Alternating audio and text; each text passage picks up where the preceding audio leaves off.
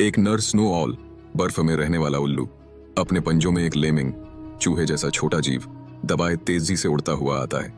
वह शिकार सीधे अपनी साथी की चोंच तक पहुंचाता है, लेकिन खुद एक और भी नहीं खाता। बिना रुके वह तुरंत अपने भूखे बच्चों की ओर बढ़ जाता है। भूख से तड़पते नन्हे स्नो ऑल चारों तरफ से टूट पड़ते हैं।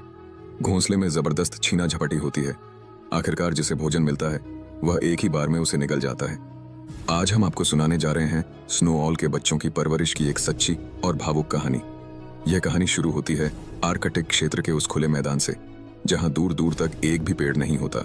यहाँ की गर्मियां बहुत थोड़े समय के लिए आती हैं, लेकिन दिन बहुत लंबे होते हैं।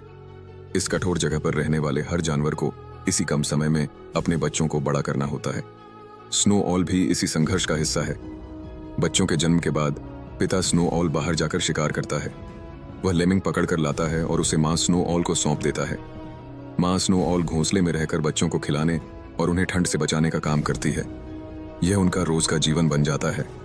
मत सोचिए कि छोटे बच्चे कम खाते होंगे। जन्म के सिर्फ 10 दिन बाद ही एक नन्हे स्नो ऑल को दिन में कम से कम 2 लेमिंग चाहिए होते हैं। जैसे जैसे बच्चे बड़े होते हैं उनकी भूख कई गुना बढ़ जाती है। एक घोंसले में मां स्नो ऑल 10 से ज्यादा अंडे दे सकती है, लेकिन अंत में जिंदा रहने वाले अक्सर सिर्फ 4 या 5 बच्चे ही होते हैं। इसके बावजूद परवरिश का बोझ बहुत भारी होता है। मां स्नो ऑल एक पल के लिए भी बच्चों को अकेला नहीं छोड़ती, और पिता स्नो ऑल पूरे परिवार की जिंदगी का बोझ अपने पंखों पर उठाए रहता है। पूरी गर्मी में उसे हजारों लेमिंग पकड़ने पड़ते हैं, तभी जाकर परिवार जिंदा रह पाता है। आर्कटिक के आसमान में अक्सर एक थका हुआ स्नो ऑल लगातार उड़ता हुआ दिखाई देता है। जब बच्चे भूख से रोते हैं तो वे मां को पुकारते हैं, लेकिन कई बार मां भी बेबस होती है।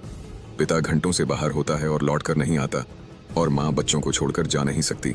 अक्सर ऐसा दृश्य दिखता है। मां जमीन पर खड़ी होकर आसमान की ओर आवाज लगाती है, मानो कह रही हो, जल्दी लौट आओ, बच्चे भूखे हैं।